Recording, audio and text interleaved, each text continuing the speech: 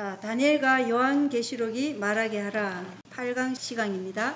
계속해서 레슨 1 예언에 반복되는 순서, 이것을 지금 보고 있어요. 8강은 계속해서 계시록 13장을 보여주는 내용인데, 여러분 책에는 59쪽입니다. 교황권은 한 때와 두 때와 반 때 동안 휘두른 칼에 상처를 입었을 뿐만 아니라 요한계시록 13장의 예언은 그 기간이 끝났을 때 교황권이 포로로 끌려갔다고도 말한다는 것입니다. 자, 보세요. 한때와 두 때 동안 자신들이 칼을 휘둘렀는데 그 칼로 또 세상의 권력의 칼로 또 교황권도 상처를 입었다는 것입니다. 요한계시록 13장의 예언은 그 기간이 끝났을 때 교황권이 포로로 끌려갔다고도 말합니다. 그죠? 계시록 13장 10절에 보면 포로로 끌려갈 자는 포로로 끌려간다고, 그리고 칼로 죽이는 자는 반드시 칼로 죽임을 당하리니, 이렇게 예언되어 있잖아요. 그죠? 계시록 13장 10절에. 그래서 교황권도 자신이 휘두른 칼, 그것으로 자신도 죽게 된 상처를 입었던 것이죠. 그래서 포로는 단순히 한 교황, 비호 6세의 체포와 투옥만을 의미하는 것이 아니라 교황권 제도 전체를 결박하고 감금하는 것을 의미한다는 것입니다. 교황권에게 치명적인 상처를 입힌 검은 프랑스의 시민 권력, 제수이 산하 프리메이슨 자코뱅당의 창시자인 아담 바우스 하우프트는 제수이이고 무엇을 창설했냐면 일루미나티를 창설한 자예요. 이 자가 자코뱅당의 창시자고 일루미나티를 창시한 사람이에요. 그리고 제수잇의 목적은 항상 뭐였죠? 대쟁투에 보면 개신교를 멸절시키고 교황권의 부활을 위해서 움직이는 조직, 군대 조직이라고 말하고 있어요. 그래서 이러한 조직에 의해서 교황권이 치명적인 상처를 입었어요. 근데 우리가 알아야 될 게, 역사 속에서 보면 교황권과 제수잇 사이에서도 권력 다툼이 있었어요. 그런데 항상 그 권력 다툼이 있을 때 어떤 교황이 제수잇이 너무 나빠서 그 제수잇을 쫓아내. 그러면 그 쫓아낸 교황은 어떻게 되느냐? 항상 죽임을 당해요. 그렇게 제수잇은 참 무서운 조직이에요. 제수잇이 더 세다고 말하는 예, 더 세죠. 뒤에서 모든 예. 조종하고. 예, 그렇죠. 예. 제수잇이. 그러니까 흰 교황과 검은 교황이 있는데, 흰 교황이 누구에게 가서 고해성사를 해요? 검은 교황이 가서 고해성사를 해요. 그래서 흰 교황은, 지금 교황이 제수잇 출신이라고. 지금 교황은 제수잇 출신이 아니고 프란시스코 교황, 얼마 전에 돌아가신 그 프란시스코 교황이 예수의 출신이죠. 그 교황이 그 알토르 소사, 지금 검은 교황, 그 사람의 팔에다가 자기의 손을 얹고 이렇게 걸어가는데, 이 흰 교황이 검은 교황에게 가서 고해성사를 한다. 그래서 권력이 완전히 이제는 치명적인 상처를 입었는 동안 교황권은 제수잇 산하에 있는 것이에요. 그래서 1773년 클레멘스 14세가 교황 칙령에 의해서 제수잇이 해산되었어요, 유럽에. 그런데 이 프랑스 혁명의 슬로건이 자유평등 박애잖아요. 이 자유평등 박애가 일루미나티의 사상이에요. 일루미나티의 신조가 자유평등 박애예요. 그래서 제수잇을 해산한 이 클레멘스 14세 교황은 그 다음 이듬해 죽음을 당해요. 예. 1774년에 죽임을 당하고 1789년에 프랑스 혁명이 일어난 것이에요. 세력들 간에 권력 다툼이 있었는 거죠. 처음에 제수잇의 창시자인 이그나티우스 로열라는 처음에 창시할 때는 군대 조직 안에서 일하던 사람이었어요. 그런데 그가 전쟁 중에 다쳤어요. 그러자 이제 그가 실제적인 전쟁에 못 나가니까 어떻게 하냐, 이 제수잇 조직을 창설해서 각 초소마다 제수잇 조직들을 파견해서 교황권의 부활을 위해서 움직이는 일을 하는데, 처음에는 교황권에게 충성이 목적이었죠. 그리고 지금도 겉으로는 그렇지만 그들의 최종 수장은 검은 교황이에요. 알토르 소사가 사실은 커져버리니까. 왜냐하면 그들의 세력이 전 세계적으로 정치, 경제, 금융, 언론, 종교, 안 들어간 데가 없어요. 그래서 제수잇 조직이 훨씬 더 한 조직이 되었죠. 제가 나폴레옹 그거를 설명드리면서 한번 말씀을 드린 적도 있어요. 나폴레옹의 형제들도 프리메이슨이었고 이러한 것들이 실질적으로 다 역사 속에 있어요. 그걸 이제 좀 더 상세하게 보면 아시겠지만 그런 것들을 가장 잘 보여주는 강의가 월트 바이츠 박사님의 토틀 온 슬롯이라는 다니엘 요한계시록 강의예요. 30강 정도 있는데 그 강의를 보면 이 비밀 조직에 대해서 굉장히 자세하게 월트 바이츠 박사님이 실제로 로찌 가서 사진도 찍고 하여튼 다 본인이 실제적으로 이거 거짓말이다 못하게끔 다 실제로 사진을 찍고 다 한 거야. 그래서 누가 프리메이슨인지 그 사진까지 다 올려져 있어요. 거기에 보면 뭐 네타나후 이스라엘 지금 총리 뭐 트럼프 전부 다 그 사진이 다 나와 있어요. 우리나라 주요 그 뭐 재력가나 정치가들 다 그런다. 예, 우리나라도 마찬가지지만 우리나라 사람들은 별로 그렇게 중요한 역할을 하지 않기 때문에 그런 로찌의 사진은 별로 없어요. 그런데 거의 보면 미국의 정치가들 또 뭐 판사, 금융계 그리고 뭐 스코틀랜드나 네덜란드, 영국 이쪽 뭐 수상들 뭐 이런 사람들이 다 거기에 포함되어 있기 때문에 월트 바이츠 박사님의 토틀 온슬롯 그걸 30강까지 쫙 보고 나면요, 아, 이 비밀 조직이 어떻게 움직이고 어떻게 지금 어느 각 부서에 다 있는지 너무 상세하게 토틀 온 슬롯이라고 있어요. 이분이 대학교에 교수로 있을 때 이분이 창조론자가 아니었고 처음에는 진화론자를 가리키는 대학 교수였어요. 그러다가 재림교회 장로님이 주신 그 전단지를 받고 다니엘서와 요한계시록을 연구하기 시작했는데 거기서 이분이 확신을 가진 것이죠. 역사가 그것을 증명하니까 교수니까 그런 걸 잘 알잖아요. 그래서 이것을 파고들고 2달에 성경책 한 권을 읽을 정도로 성경책이 너덜너덜할 정도로 그렇게 이제 파고드는 거죠. 그리고 자신이 교수 생활을 하시면서 실제적으로 방학이 되면 개수익 조직들이 활동하는 그런 곳에도 가서 사진도 찍고 그렇게 한 10여 년간을 그렇게 한 것을 이제 강의를 했어요. 근데 이 강의하는 동안 많은 핍박을 받았어요. 뭐 거짓말이다, 사탄이 뭐 이렇게 하면서. 예. 제시 자체에서 견제하고 그럴 텐데 뭐. 그러니까 그런 거를 부인하고 같이 가면 부인은 그 사람하고 얘기할 때 월트 바이츠 박사님 몰래 사진 찍고 이런 식으로 그렇게 해서 그 증거를 다 이제 가지고 그것을 보여주는 실제적인 강의가 굉장히 우리가 들으면요, 아, 이게 우리는 예언의 신에 이제 비밀 조직 제수잇 이렇게만 적혀져 있잖아요. 근데 거기에 뭐 일루미나티니, 프리메이슨이, 장미 십자인이, 템플 기사단, 말타 기사단 이런 건 자세하게 잘 모르잖아요.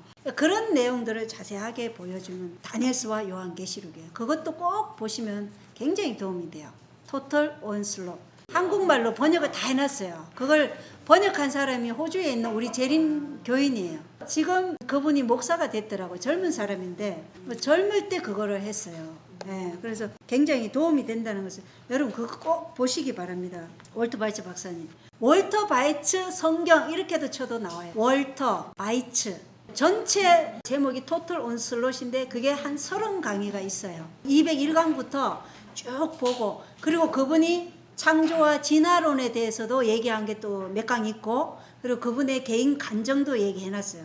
그것도 들어보면 어마무시해요. 그분은 영어로 말씀하시고 이제 자막으로 한국어를 다 해놨기 때문에 누구나 볼 수 있어요. 그리고 개인적인 간정도 거기에 올려놨는데 아, 정말 이 재림 성도는 아무나 되는 것이 아니라는 것을 그분 간정 들어보면 진짜 너무나 어려움을 많이 당했어요. 사명을 가지고 있고. 예. 그리고 그분이 그런 강의를 10몇 년 전부터 해외로 방학 때마다 교수 생활하면서도 돌아다녔어요. 근데 그분이 그런데 갈 때마다 집에 사탄이 역사했어요.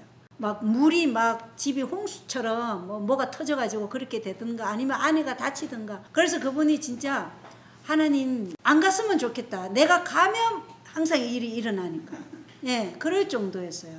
근데 하여튼 그러한 경험 가운데서 어떤 경우는 어떤 사람이 그분을 치려고 하는데 다운 증후군 아이가 그 꽉 찬 의자 중에 그 한 자리만 딱 남았는데 그 자리에 딱 앉더래요. 그런데 어떤 사람이 그분을 공격하려고 할 때 그 다운 증후군 아이가 이분 앞에 와가지고 얘기를 하고 이러니까 사람들이 이분을 공격하지 못했어요. 근데 나중에 그 아이가 없어진 거예요. 그래서 이제 월트 바이츠 박사님 그 아이가 천사였을 것이다 이렇게 얘기하는 거죠. 그런 간증도 있어요. 그래서 실질적으로 이 비밀 조직을 비밀을 폭로할 때 많은 사탄의 방해가 있었어요. 그리고 그 방해하는 데 있어서 재림교회 안에서 뭐 신학자들이나 이런 분들도 방해를 많이 했어요. 어떤 경우는 독일의 대학교 옆에 있는 교회를 가는데 그 대학 교수가 절대 여기 가면 안 된다 이렇게 한 거예요. 근데 그게 광고가 돼버려서 그 학교에 있는 많은 학생들이 이 설교를 들으러 온 거예요. 예, 그렇게 해서 진짜 하나님이 역사한 적도 있고, 또 어떤 경우는 10분만 이분에게 시간을 줬어. 근데 이분이 교수니까 어떻게 해야 사람들의 잘 이제 강의를 잘 듣고 이런 거 잘 아시잖아요. 저같지 않고. 그래서 10분만 딱 주기 때문에 그 10분 동안 학생들이 딱 궁금할 정도만 딱 얘기했어요. 그리고는 여러분의 담임 목사님이 저에게 10분을 줬기 때문에 여기서 마치겠습니다. 이렇게 하니까 학생들이 난리가 난 거예요. 계속 하라고. 그래가 3시간을 했다든가 하여튼 그런 역사가 일어났어요. 그분이 진짜 이 시대의 엘리야라는 생각이 정말 너무나 들어요. 그리고 인품적으로 또 참 닮고 싶다 그런 마음이 들 정도로 참 훌륭하신 분이에요. 하여튼 그분 설교는 꼭 한번 들어보시기 바랍니다. 다시 이제 여기 보겠습니다. 교환권의 포로 생활. 교환권의 강건과 포로 생활에 대한 가장 적절한 설명은 요한계시록 20장에 있다는 것입니다. 요한계시록 20장. 인류 역사에서 사탄은 세상의 세속적 권력에 영향을 미쳐 하나님의 백성을 박해하는 데 이용해왔고, 그가 이 땅의 세속적 통치자들의 지지를 받는 한 그는 그의 악랄한 일을 계속할 자유를 누려왔다는 것입니다. 계시록 20장은 어떤 이야기예요? 천년기 때 사탄이 이 지구에 결박되고 그 다음에 천년기 이후에 사탄이 결박에서 놓여나는 것이죠. 그것을 지금 얘기하고 있는 것입니다.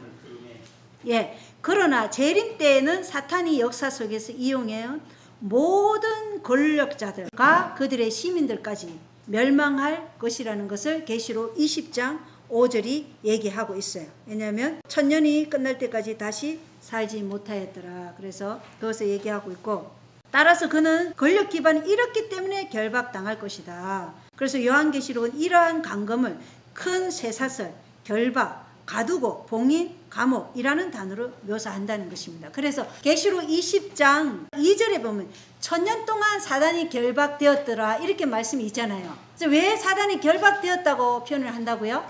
더 이상 그가 미혹할 자들이 없기 때문에 결박당했다 이렇게 얘기하는 거예요. 교환권도 마찬가지죠. 그들이 더 이상 권력을 행사할 수 없었을 때 그들은 치명적인 상처를 입었고 권력 기반을 잃었다고 얘기하면서 그것을 결박이라고 얘기한다는 것입니다. 여기 계시록 20장 1절로 3절 읽어보겠습니다. 또 내가 보니 한 천사가 바닥 없는 구덩이의 열쇠와 큰 사슬을 손에 들고 하늘로부터 내려와 마귀오 사탄인 그 용 곧 저 옛뱀을 붙잡으니라. 그가 그를 붙잡아 천년 동안 결박하여 바닥 없는 구덩이에 던져넣어 가두고 그 위에 봉인을 하여 천년이 찰 때까지는 그가 더 이상 민족들을 속이지 못하게 하니라. 그 뒤에는 그가 반드시 잠시 동안 풀려나리라. 네, 여기 사탄이 천년 동안 민족들을 더 이상 속이지 못하게 된 것이 그가 잠시 동안 결박된 것으로 표현하고 있고, 그 천년기 이후에는 잠시 동안 그가 풀려날 것을 지금 우리에게 말씀하고 있어요. 그러나 천년 왕국이 끝나면 악한 통치자들과 그들의 시민들이 부활하고 사탄은 그의 권력 기반을 되찾을 것인데 이것을 풀려나는 것이라고 묘사하고 있어요.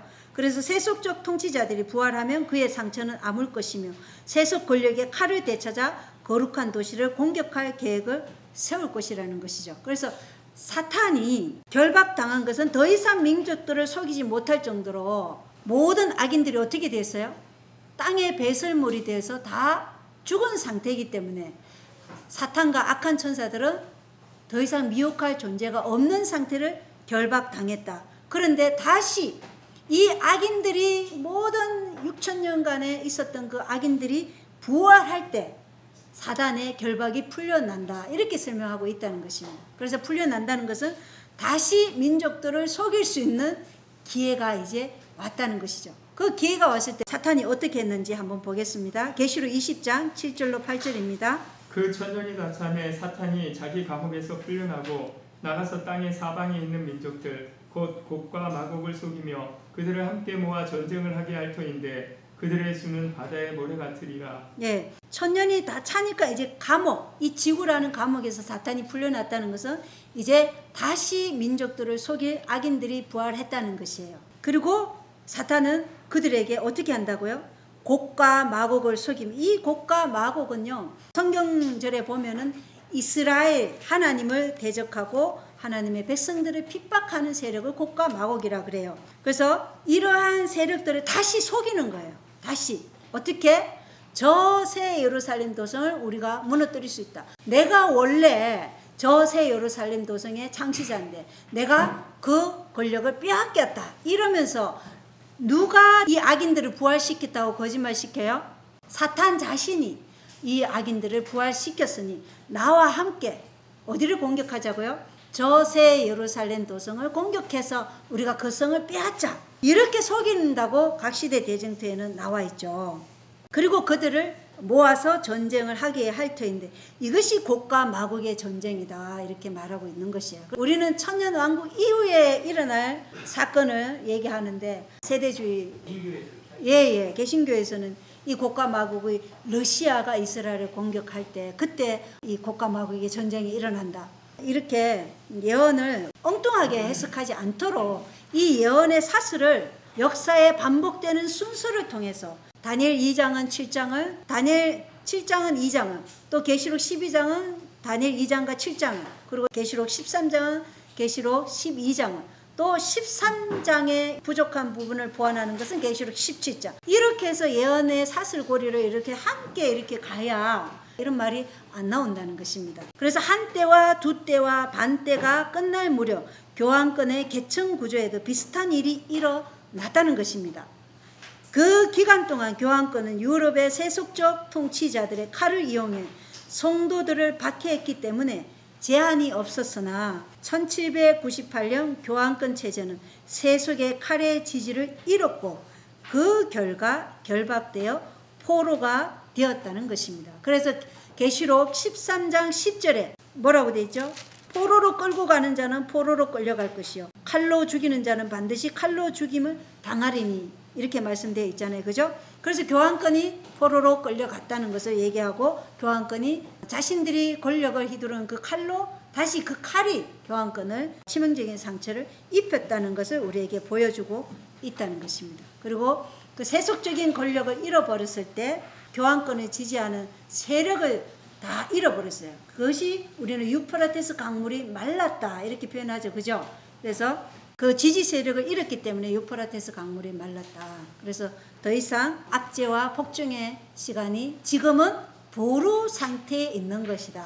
그러나 다시 치명적인 그 상처가 회복되며 다시 부활한 교황 로마는 또다시 유럽을 온전히 압제와 핍박으로 몰고 간 그 실력을 다시 재발휘할 것인데 마지막은 전 세계적인 것이라 그것은 창세 이래로 없던 그러한 일을 할 것이라는 것을 우리가 알 수 있습니다. 따라서 상처가 치유되고 포로 상태에서 풀려난다는 것은 교황권이 다시 한번 세속의 칼의 지지를 회복하고 그리하여 치명적인 상처로 인한 포로 상태에서 해방된다는 것을 의미한다는 것입니다.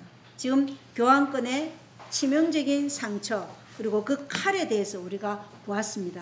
그리고 이제 교황권은 어떻게 칼을 얻었는가 여기에 대해서 살펴보는데 4세기와 5세기에 수많은 야만족들이 북쪽에서 로마 제국을 침략하여 시간이 흐르면서 제국을 10개의 왕국으로 분할했다는 것을 우리가 앞에서도 보았습니다. AD 330년 콘스탄티누스 황제는 이미 제국의 수도를 로마에서 콘스탄티노플로, 이 콘스탄티노플은 동로마 쪽에 있어요. 이 동로마 콘스탄티노플로 옮겨서 서방은 사실상 방치된 상태였다는 것입니다. 오늘날 동로마 콘스탄티노플은 현재 이스탄불을 얘기하는 것이죠. 이스탄불. 그래서 서방 로마는 사실상 방치된 상태가 되었다는 것인데 AD 476년 서방의 마지막 로마 황제인 로물루스 아우구스툴루스가 폐위되고 제국은 분열되었고 중앙 집권력이 없었기 때문에 혼돈과 혼란에 빠졌다는 것입니다. 서로마가 그랬다는 것이죠. 그래서 야만족의 침략은 제국을 뒤엎었고 법과 질서를 유지할 자가 아무도 없었다. 이러한 혼돈 속에서 제국 전역에 신도들을 거느린 로마 주교는, 이 로마 주교가 후에 교황권이 되는 것이죠. 이 로마 주교는 세속적 권력을 장악하고 법과 질서를 회복하리라는 유혹에 빠졌는데, 그 결과 로마 주교는 교회의 영적 통치자일 뿐만 아니라 국가의 세속적 통치자가 되었던 것이죠.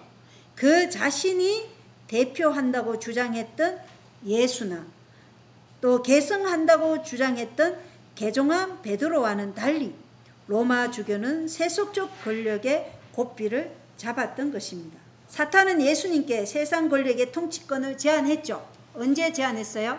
40일 동안 금식해서 성령에 이끌려서 유대 강야에서 사탄은 내게 절하며 이 왕국을, 세상 왕국을 내가 주겠다 이렇게 했을 때 예수님은 오직 하나님께만 경배하라고 하면서 사탄을 물리쳤어요. 그죠? 말씀으로. 그런데 교황권은 이 사탄의 제안을 붙잡았다는 것입니다. 예수님은 거절했지만 교황은 세속 권력의 통치권을 제안받았고 받아들였어요. 그래서 그는 바로 적 그리스도라는 것입니다. 예수님이 거절한 세상 권력을 받아들였기 때문에 그가 적 그리스도가 되는 것입니다. 그래서 그들이 베드로가 제1대 교황이라고 얘기하지만 사실은 그것이 베드로가 아니라 누구예요? 시몬 마구스가 사실은 1대 교황이라고 할 수 있다는 것입니다. 사도행전에 나오는 시몬 마구스예요. 자, 사도 바울은 이미 암호 같은 언어로 로마 제국의 세속적 권력이 교황 로마에 넘겨지는 순간을 묘사했는데 그것이 계시록 13장 1절로 2절에 나와 있죠. 사도 바울은 신비한 억제자가 제거되어 적그리스도가 속박이나 포로 상태에서 풀려날 것을 언급했다는 것입니다. 그래서 계시록 13장 1절로 2절 읽어보면 내가 바다의 모래 위에 서서 보니 바다에서 7머리와 10뿔을 가진 한 짐승이 일어나더라. 그의 뿔들 위에는 10개의 관이 있고 그의 머리들 위에는 신성모독하는 이름이 있더라.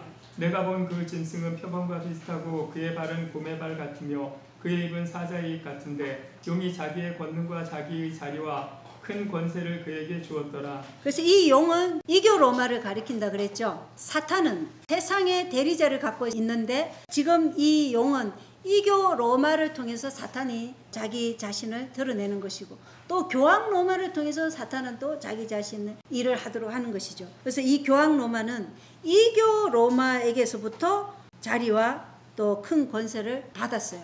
물론 그것이 사탄이 준 것이지만 그리고 데살로니가 후서 2장 6절로 7절을 읽어보겠습니다. 너희는 그가 그의 때에 드러나게 하려고 무엇이 저지하고 있는지 지금 아나니 불법의 신비가 이미 일하고 있으나 다만 지금 막고 있는 이가 길에서 옮겨질 때까지 막으리라.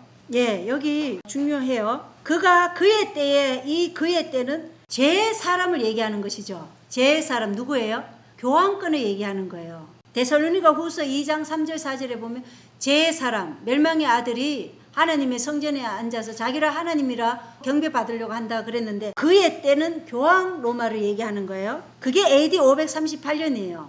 그래서 10뿔에서 3뿔을 무너뜨리고 AD 538년에 그가 정치와 종교적인 그런 세력을 확실하게 잡았죠. 그래서 교황권에서는 그들이 아리우스주의자라고 얘기하지만 실제로는 아리우스주의자가 아니었고 하나님의 백성으로서 신실한 안식일을 지키는 무리였을 것이다. 아리우스주의는 예수님이 창조된 피조물이라고 얘기하는 것이 아리우스주의자예요. 예수님의 신성을 부인하죠. 그러나 방구트와 동구트 헤룰라에는 그렇지 않았다는 것이에요. 오히려 교황 로마 쪽이 아리우스주의죠. 근데 그들은 역사를 왜곡하고 있는 것입니다. 그래서 그의 때 AD 538년에 드러나게 하려고 무엇이 저지하고 있는지 그 저지하고 있는 게 바로 로마 제국의 세속적 권력이 아직까지는 교황 로마가 일어나지 못하도록 저지하고 있다는 것을 보여주고 있어요. 그것을 지금 아나니 불법의 신비가 이미 일하고 있으나 이미 불법의 신비는 요한이 쓴 요한 1세에 보면 불법의 신비가 이미 일하고 있다 그랬잖아요. 그죠? 아들을 거절하면 적그리스도인데 이미 불법의 신비가 일하고는 있어요. 왜냐하면 유대계에서 영지주의가 이미 영혼불멸 사상이라든가 이러한 것들을 유대교 안에서도 심어져 있었고, 그리고 이 이집트의 사상, 그리고 그리스의 헬라 철학, 이런 것들이 유대교 사내들인 그 교육을 받은 유대교 안에서도 편만했거든요. 왜냐하면 그 교육을 다 어디에서 받느냐? 이집트에 있는 알렉산드리아에서 받는다는 것입니다. 예, 거기서 영혼불멸 사상 이런 것들이 다 들어온 것이죠. 그래서 이 불법의 신비가 이미 일하고 있으나 다만 지금 맡고 있는 이가 있는데, 그가 누구냐? 로마 황제라는 것이에요. 길에서 옮겨질 때까지 막으리라. 그러니까 이 교황권이 부상하려면 이 로마 황제가, 이제 로마 제국이 끝이 나야지만 교황 로마가 올라온다는 것을 데살로니가후서 2장 3, 4절부터 7절까지가 말해주고 있다는 것입니다. 이 초대 교부들은 맡고 있는 이가 로마 제국 전체, 특히 황제들을 지칭한다는 의견에 거의 만장일치로 동의했다는 것이에요. 그래서 6절에서 사도 바울은 무엇이 저지하는지를 언급했지만 7절에서는 누가 저지하는지를 언급했다는 것입니다. 그래서 무엇이 언급하는 것은 중성 간사를 썼어요. 그래서 로마 제국이고, 또 누가 저지하는지는 남성 간사를 사용해서 이것이 황제라는 것을 언급했어요. 그래서 바울은 누가 그리고 무엇이 저지하는지 데살로니가 교회가 확실히 알도록 했다는 것입니다. 만약에 사도 바울이 솔직하게 이 성경에다 썼어, 로마 제국이 멸망을 하며 교황 로마가 일어날 것이다, 만약 이렇게 쓰면 어떻게 될까요? 당장 죽음이죠. 끌려간단 말이에요. 네, 국가의 반역죄로. 왜냐하면 로마 황제가 로마 제국이 무너지기를 바라는 거잖아요. 그래서 사도 바울이 그 말을 할 수가 없었어요. 왜냐하면 그 말을 했다면 로마 정부에 대한 반란죄로 기소되었을 것이기 때문에. 그래서 이렇게 쓴 거예요. 성경이 영원토록 보존할 수 있도록 하나님께서 성령의 감동에 의해서 쓰게 하신 거예요. 그러나 그것을 연구한 자는 깨달을 수 있도록, 예, 얼마나 참 놀라운 성경인지 모르겠어요. 그래서 초기 교부들은 로마 제국이 억제자라는 것을 알고 있었고 거기에 동의했다는 것입니다. 개인은 교황이라고 믿었으며 로마 제국이 없어지면 작은 뿔 바다 짐승이 권력을 잡을 것이라고 말했어요. 개인은 교황이 아니라 황제를 얘기하는 거죠. 그래서 이 남성 간사는 황제를 얘기하는 것이고, 이 로마 제국과 황제가 없어지면 로마 제국이 없어지는 거기 때문에 작은 뿔 바다 짐승이 권력을 잡을 것이라고 말한다는 것입니다. 왜 사도 바울이 직접적으로 로마 황제가 저지하고 있지만 그것이 사라지면 적그리스도가 나타날 것이라고 말하지 않았는지 우리가 알 수 있죠. 그죠? 그리고 그 다음에 헨리 매닝 추기경은 자신의 말 속에 담긴 의미를 깨닫지 못한 채 데살로니가 후서 2장의 예언을 되풀이하여 자신이 속한 배교한 체제에 적용시켰는데, 매닝은 로마 제국과 그 황제가 교황권의 권력 장악을 저지하고 있다는 사도의 의견에 동의했어요. 또한 그는 저지하는 자가 제거되면 교황이 이전에 황제의 손에 있었던 권력을 장악하게 된다는 데 동의했습니다. 매닝이 긍정적으로 여긴 것을 사도 바울은 적그리스도의 등장이라고 부른 것이죠. 이 헨리 매닝 추기경은요, 성공의 신자예요. 아까 제가 말씀드렸죠. 성공의 신자로서 옥스퍼드 운동을 통해 영국 성공회의 카톨릭적 사상과 간섭을 들어오게 한 장본인이에요. 그 중에 한 분이 매닝 추기경이고 그 다음에 한 사람은 존 헨리 뉴먼 추기경이에요. 다 성공회 성직자로 들어왔다가 옥스퍼드 운동을 통해서 성공회를 카톨릭적 사상과 간섭으로 바뀌어놓고는 로마 카톨릭으로 개종하고 나서 다 추기경으로 상급을 받았어요. 그래서 이 옥스퍼드 운동 이후 자신의 임무를 마치고 카톨릭으로 개종 후 추기경이 되었는데, 존 헨리 뉴먼 추기경과 마찬가지로 침투한 제수이시라고 보는 것이 맞는 것입니다. 자, 헨리 에드워드 매닝이 쓴 글을 읽어보겠습니다. 이제 로마가 버려진 것은 교황들에게 해방이었다. 하나님의 섭리는 고트족, 롬바르드족, 헝가리족의 잇따른 침입을 허용하시어 이탈리아를 황폐하게 하셨고 그곳에서 제국의 모든 잔재를 지워버리도록 하셨다. 교황들은 홀로 남겨져 질서, 평화, 법, 그리고 안전의 유일한 근원이 되었다. 그리고 이 섭리적인 해방의 순간부터 신성한 개입으로 말미암아 성 베드로의 후계자의 손에서 사슬이 풀린 그 순간부터 예수 그리스도의 대리자 외에는 그 어떤 군주도 로마를 통치하지 않았다. 예. 로마가 버려진 것은 콘스탄티누스 황제가 콘스탄티노플 동로마로 떠나면서 이제 로마가 버려졌다 이렇게 표현을 하는 것이죠. 그리고 교황들에게 해방이었다. 왜 황제의 손아귀에서 서로만은 벗어났기 때문에 교황들에게는 해방이었다고 얘기하는 것이죠. 그리고 그곳에서 제국의 모든 잔재를 지워버리도록 했는데 이 10발가락과 뿔들 이것이 이제 하나님의 섭리는 고토족, 롬바르족, 헝가리족의 잇따른 침입을 허용하시어 이탈리아를 항폐하게 하셨고 그곳에서 제국의 모든 잔재를 지워버리도록 하셨다. 이 제국은 로마 제국을 말하고 있는 것이죠. 그래서 교황들은 홀로 남겨져 질서, 평화, 법 그리고 안전의 유일한 근원이 되었는데 이 섭리적인 해방의 순간 그들은 이전에 속박되었음에 틀림없어요. 그래서 해방되었다는 이 순간부터 신성한 개입으로 말미암아 로마에 이제 더 이상 황제 통치는 없고 교황권의 통치가 되었다는 것을 얘기하고 있어요.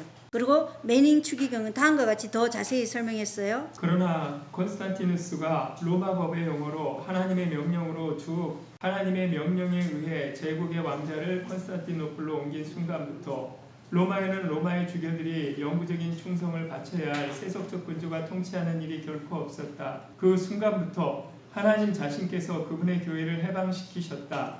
이것은 지상교회의 초자연적인 주권의 원칙에 처음부터 내포되어 있었는데 비록 그 해방이 아직 완수되지는 않았지만 교회는 언젠가 모든 세속적 충성으로부터 자유로워져야 한다는 것이다. 교황권은 하나님께서 그 구속들을 산산이 부수고 세속적 권력들에 대한 종속으로부터 해방시키며 그 자체의 세속적 주권을 소유하도록 즉위시키실 그때까지 기다렸다. 네. 그래서 사도 바울의 말대로 저지하는 자가 옮겨질 때까지 교황 로마가 기다린 것이라고 얘기하고 있어요. 그래서 여기까지 우리가 8강을 마치고 다음 시간에 9강을 위해서 잠시 쉬어야 되겠습니다. 기도하고 8강을 마치겠습니다. 하늘에 계신 우리 아버지, 오늘 또 이 교황권이 어떻게 그 저지하던 그 황제와 로마 제국이 멸망하고서야 교황 로마가 일어났다는 것을 우리가 성경 데살로니가 후서 2장을 통해서 또 보고 또 교부들의 글에서도 그것을 확실하게 봅니다. 이러한 모든 예언이 그냥 우리가 추상적이거나 피상적인 신앙이 아니라 확실한 근거 위에 또 확실한 말씀 위에 우리의 신앙이 뿌리를 내릴 수 있다는 것을 보여주고 있습니다. 하나님 참으로 감사드리옵나이다. 이러한 예언 연구를 스티븐 본 목사님을 통해서 우리가 할 수 있다는 것은 참으로 은혜이고 또 이러한 은혜 시간을 우리가 함께 모일 수 있게 해주신 것도 하나님의 은혜임을 감사드립니다. 이 은혜를 받은 우리가 더욱더 많은 것을 나눌 수 있는 주의 종들로 꼴지어 주시옵기를 예수 그리스도 이름으로 간절히 기도합나이다. 아멘.